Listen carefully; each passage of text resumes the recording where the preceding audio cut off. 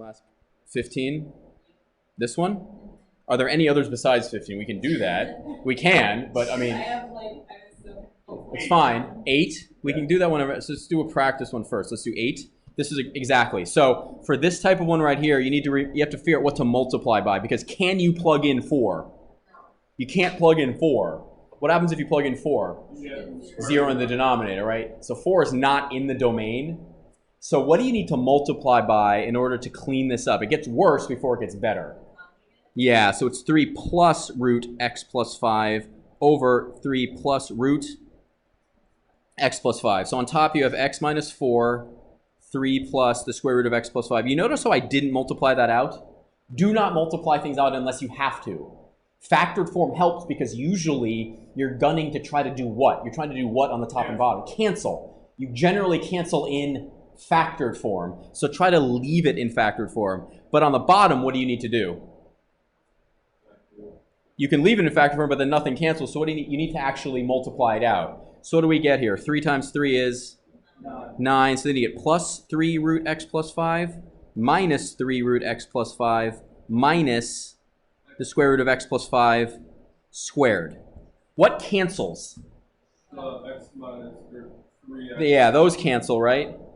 And what are you left with? X minus 4, 3 plus the square root of x plus 5 over 9 minus what? X plus 5. Do you see the parentheses I put around that? You're subtracting the thing squared. The thing squared isn't negative to begin with. You're subtracting the thing squared. So what does it simplify to?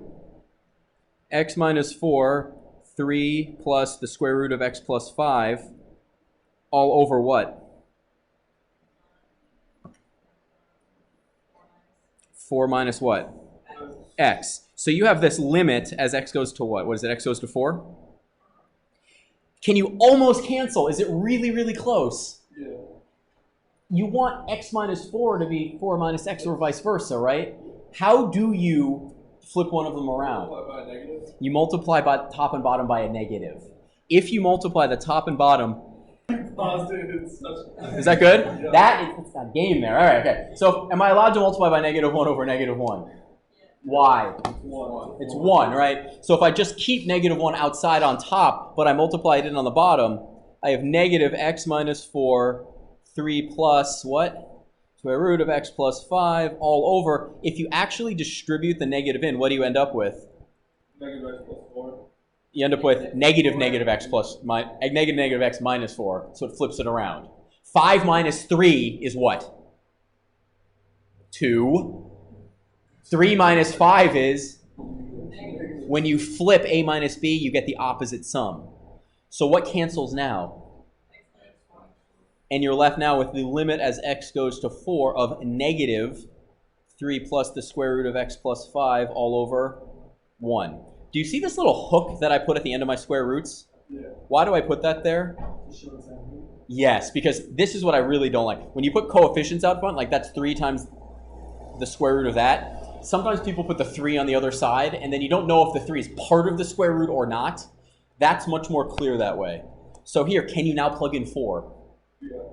You now can plug in 4, and you end up with negative 3 plus the square root of 9. So what do you end up with? Negative what? Negative 6. Yes. There it is.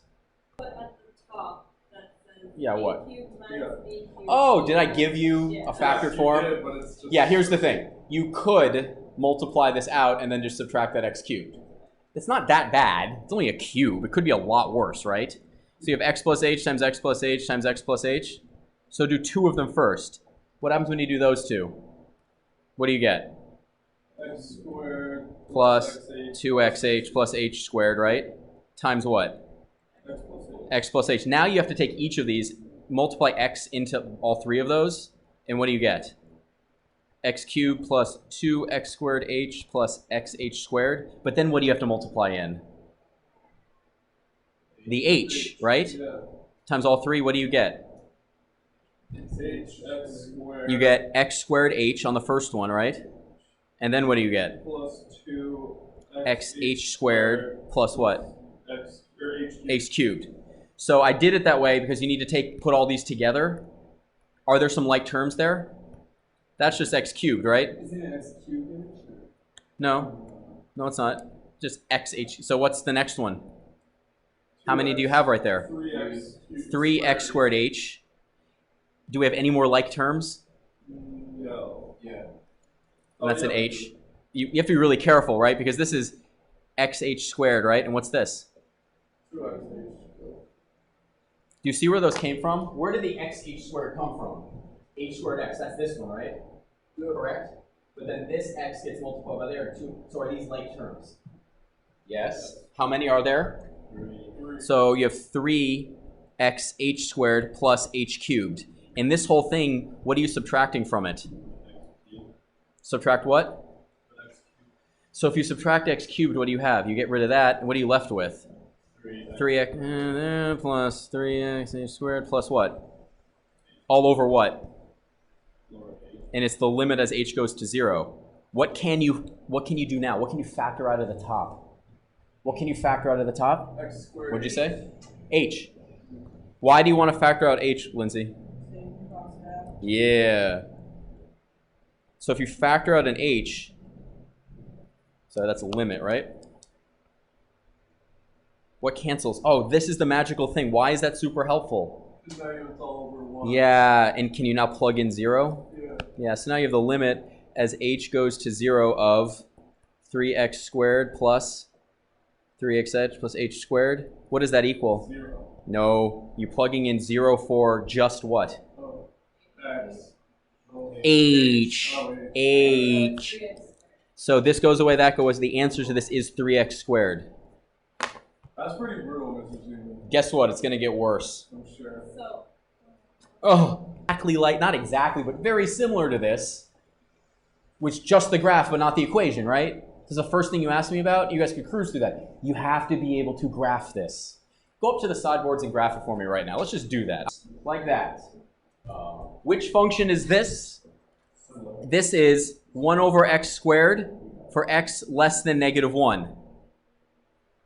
What's this one right here? That's that's y equals 2, right? The output is y equals 2 for x less than greater than or equal to -1 and less than 1. The open and closed dots are super important. So it's equal there, so it's closed. It's not equal there, so it's open. And then it tells you that f of 1 is 3. When x is 1, y is 3. There's a dot right there. It goes above to 3.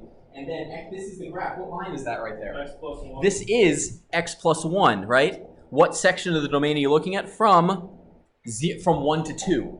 Yes? Why doesn't it go like this? Because it's not the same function.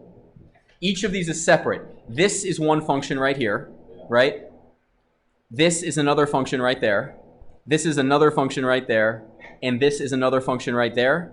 And this point is its own thing. It's its own, each one you do in isolation. Each one you do in isolation. Each one you do in isolation. So right here, x plus 1, if x is between 1 and 2, plug in 1, what do you get? 2. So it starts there, and then it goes up from there, because it's the graph of x plus 1 from 1 to 2. From 1 to 2. It's this segment right there. You only connect them if it is on the same function. You treat each of them separately. So this was the first half of this one. This is piecewise. This is a piecewise function. It's defined in pieces. We're not going to finish this because you can now do it pretty straightforward. Once you have the picture, are these limits a lot easier? Yeah. Absolutely. Absolutely. So you can do C when you look at that one. What do you see? What's the first thing you notice? What's your first observation? Yeah, Arvin. Yeah, you should look at it and be like, oh, I can factor something out. What's it going to be? Yeah, I get x squared minus 4. And then can you factor again? Yeah, x plus 2. X minus Yeah, so when you see these things, you end up with something that's a little bit easier to work with. So if you're going to do this algebraically, what limit do you end up with? Can you cancel something right there? Is there something that cancels right here? Yeah, x minus 2. So you're left with the limit as x goes to 2 of 5 times x plus 2. What's that going to be? What's that going to be? 20. Because what can you now do? We filled in the hole. We now can find out exactly where that hole would have been. So this is algebraically right here. We just use algebra. So if we were going to do a table, our limit is right in the center. So our limit is going to be when x is 2. So if we want to see what the table of values looks like, what x value should we do? What's close to 2? What's a little bit to the right of 2? 2 point what? Yeah, 001, 2.01, 2.1. Could you go even further? Sure. What could you do instead? 001, 2.001, 2.01, and 2.1. What's to the left? Can someone do the left side for me? What's the left? What's the left, Andrew? If I went to the left, what numbers are they? Just look at the board. Just tell me. 1 point what? 9. Yep. Exactly. It gets further away. You need to be able to fill in these charts. Not by manually entering it each time. What do? Y1 is equal to what? The thing, right? The function? Yeah, the thing over there. That's fine. It's all good. So if we actually do this, you plug that into Y1. Everybody take out your calculator because you brought it today, right, everybody? For 1.9, Yep. 19.5. Yep. 1.99, 19.95. Yep. 19.995. Yep. 20. Yeah, it rounds, right? It's not actually 20, it rounds. And then what do you get on the other? And can anybody do the other side? Lindsay, what'd you get? 20.001. Yep. 20.005. Yep. I forgot to plug in this. It's okay. The point is if you looked at this, if you had a table of values, does our algebraic method match what we got here? As you get really close, is it getting really close to 20? Your calculator around it there. And actually, that's where you'll see, that is one of the places you will see differences in the actual programming inside these machines. Some of the, depending on which operating system is running, sometimes they round a little differently, and you get slightly different decimals when you look really far down the line. It's also trying to put it into the table, so sometimes it just truncates it, right? So your goal here is to multiply it out and get it just h's on top, so you can cancel out an h from everything. And once you cancel out the h from the denominator, what can you now plug in? 0. That is a difference of squares. So that's one way to do it. Yeah. So there's a couple ways to do it. You could do this one. Yeah, you could do this as 4 plus h minus 4 times what? 4 plus h plus 4, right? And that's over h. But what happens up here? The 4's cancel, and you're left with h times h plus 8 all over h. What cancels? Hey, h plus 8. Can you plug in 0? Yes. So it turns out to be 8. That's nice. That is a great algebraic method, but you also need to be able to make a table. You will be required on upcoming quizzes and tests to be able to make a table to show visually that the numbers are converging. Again, the table, is this a proof doing the table? Yeah. No. Oh, because they're just getting really close to each other. No, they're just getting really close. Oh, I decided that instead of saying no, you're going to say something and be like, wrong. The limit, we need to look at the limit as x goes to what? -2 of this. Do we know how to do this one algebraically? Yeah. Okay, so how do we do it algebraically, Chris? What do I do? You factor in the range. Yeah, so I get the limit as x goes to -2 of x plus 2, x minus 2 over what? X plus 2. And you cancel, and you end up with, this is equaling the limit as x goes to -2 of, so what does it equal? -4. So we just showed that the limit as x goes to -2 is 4. So in this case, our c value was what? What was our c value here? -2. So -2 is there, and here's our f of x. So it's continuous at x equals -2 if the limit exists. Does the limit exist? The limit exists and is equal to f of c.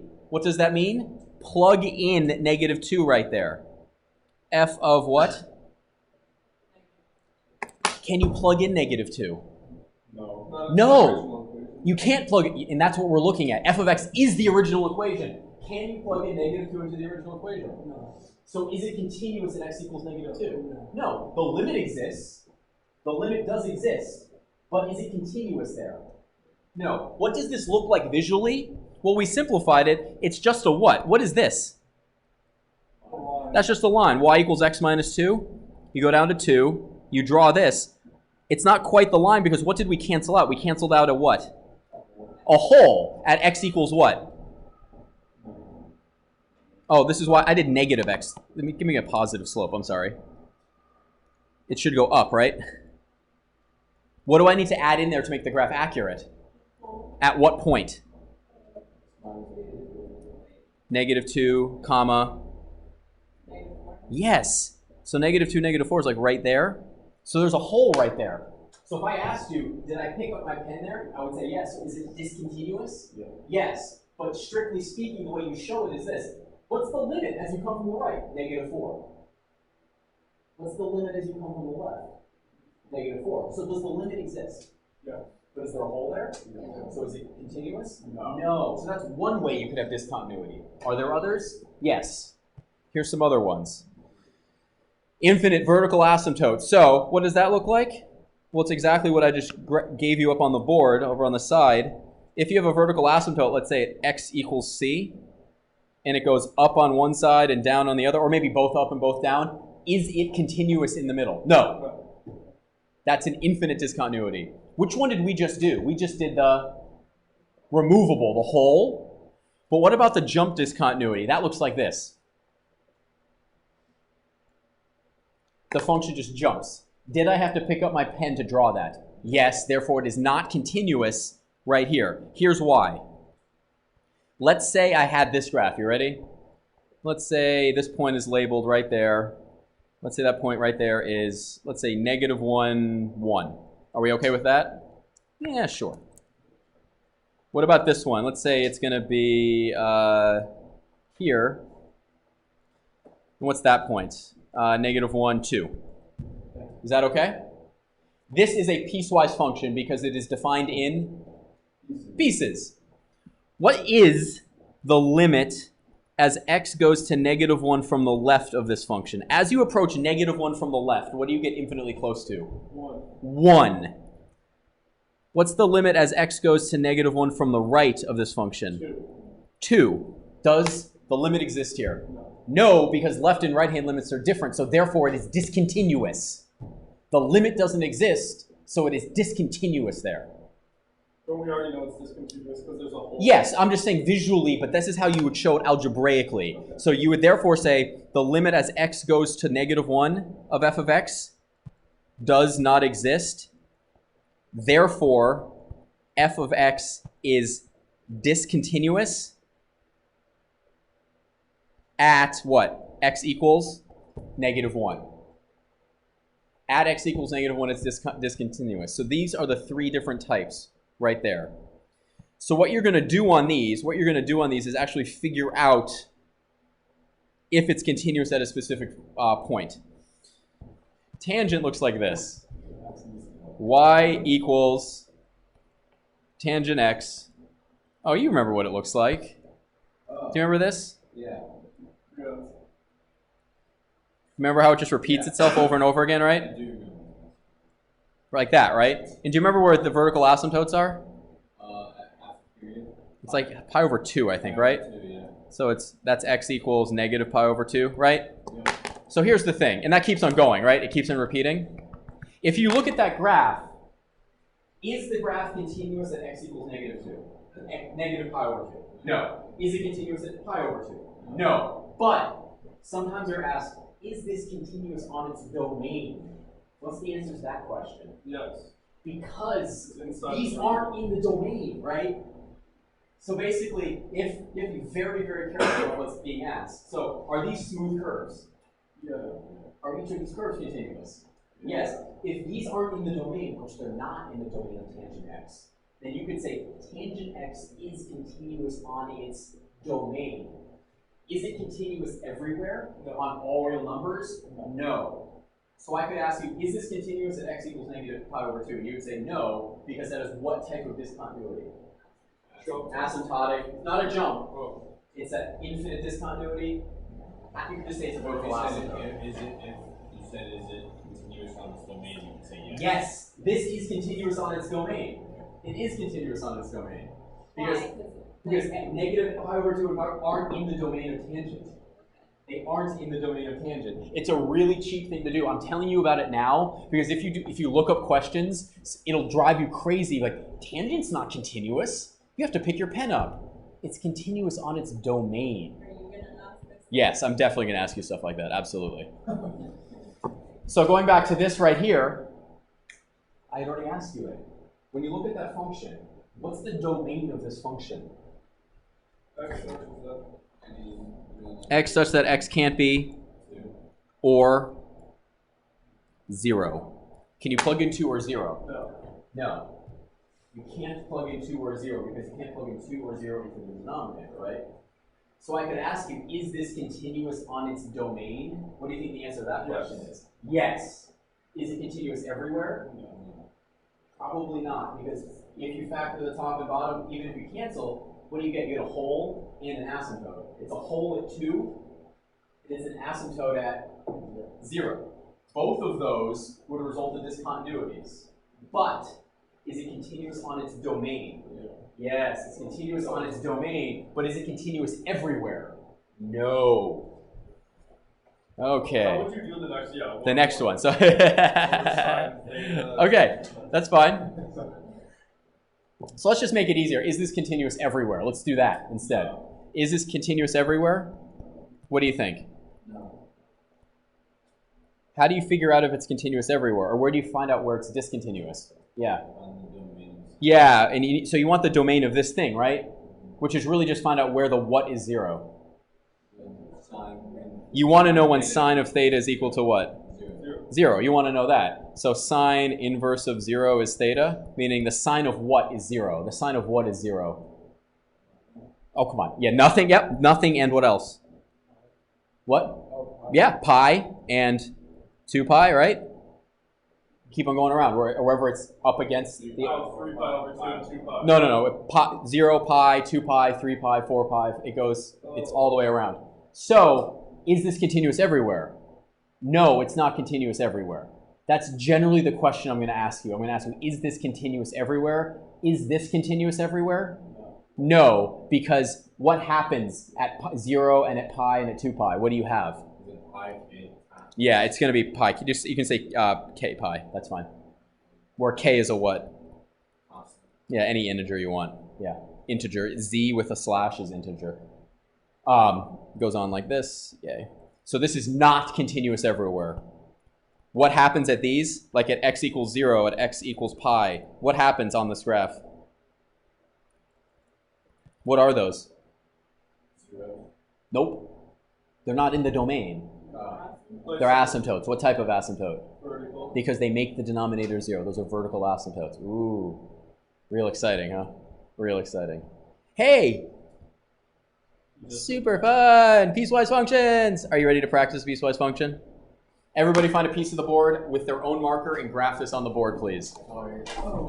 The best way to go about this, you can do it 2 ways. You could graph the whole line and delete what you don't want, or you could just draw the endpoints and connect them. Plug in -3 into this. What do you get?